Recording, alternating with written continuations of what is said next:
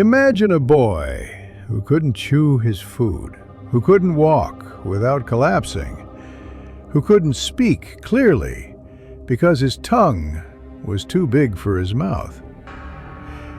Now, imagine that this boy ruled an empire, not because he earned it, but because he was bred for it. His name was Charles II of Spain, and he was the final product of a dynasty that married itself into extinction. This is the story of the Habsburg jaw, the curse of royal blood, and how one of the most powerful families in Europe collapsed under the weight of its own arrogance. The Habsburgs ruled like gods. They held Spain, Austria, the Netherlands, parts of Italy, and the Holy Roman Empire. One family, one bloodline. And they were obsessed with keeping it that way. They married cousins. Uncles married nieces. A Habsburg once married his own sister's daughter. To them, blood wasn't sacred. It was a strategy. They called it purity of lineage. But purity, as history shows us, is just a prettier word for decay. The deeper the bloodline folded in on itself, the more deformities appeared. Babies born without eyelids, stillbirths by the dozen, mental illness, infertility, children who never learned to walk, teenagers who died bleeding from the nose. But the most famous and visible mutation, the Habsburg jaw, a monstrous extension of the lower jawbone that made chewing, speaking, even closing the mouth impossible. Teeth misaligned, tongues thick, faces elongated.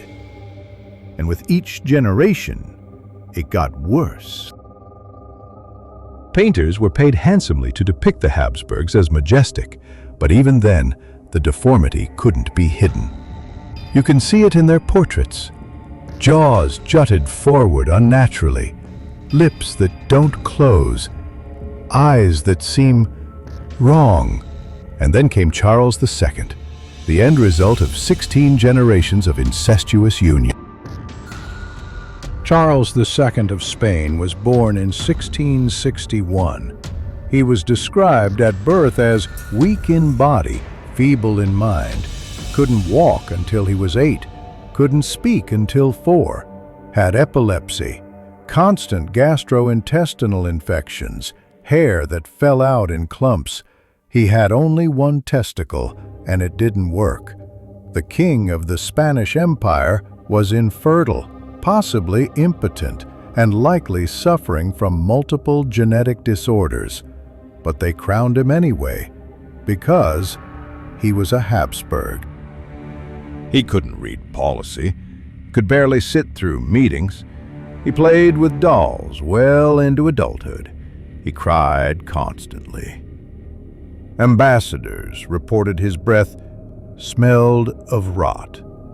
His speech was slurred, his thinking confused. And yet, he ruled. Or rather, others ruled through him. Regents, cardinals, distant relatives. Every decision made in his name came from the shadows behind the throne. Charles married twice. Both marriages ended in humiliation. One wife claimed, "I have wed a phantom." The other was accused of witchcraft when she failed to bear an heir. Charles himself believed he had been hexed. He ordered his dead relatives exhumed, coffins opened to check for spells. Priests performed exorcisms on a living king. But there was no curse, only blood. His blood. When Charles died at 38, he had no children, no siblings, no heirs. Centuries of obsession with royal purity. had created a man too broken to reproduce. His death triggered the War of Spanish Succession, a brutal struggle for power that left Europe bleeding for 13 years. And the Habsburg name, once divine, became a whispered caution. We like to think of royalty as elegant, as romantic, as chosen. Fairy tales taught us that kings are noble, queens are beautiful, and crowns are earned by virtue. But what if they weren't? What if the history of royal bloodlines is not a legacy of greatness, but a record of well-dressed mistakes? Because the Habsburg jaw wasn't just a deformity. It was a monument to hubris, a symbol of what happens when blood is treated like property, when keeping power means keeping it in the family, no matter the cost. They didn't see themselves as human.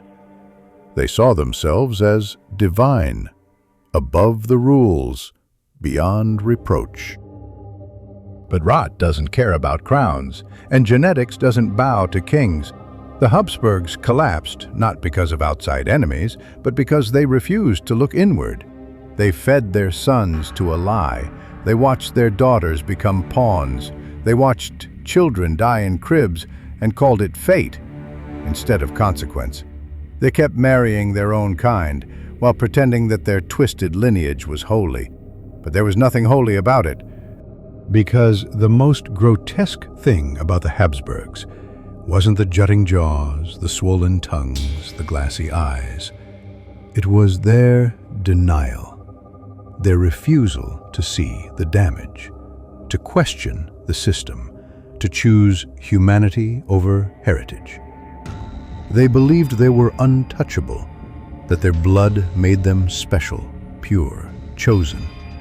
But they were never pure. Just poisoned by arrogance, by legacy, by the belief that power was their birthright, even when that birthright came with an extra toe, a broken mind, and a face that could not close its mouth. And in the end, the empire didn't crumble in battle. It withered from the inside out.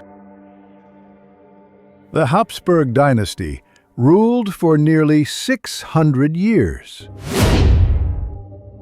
But in the end, it didn't fall to war, or to revolution, or to betrayal. It fell to a jawline.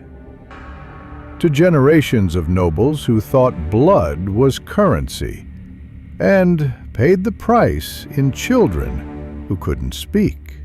A kingdom that could not eat, could not rule, could not scream. And maybe that was the final mercy. Because had Charles II been able to speak, his last words might have been, "What have you made of me?"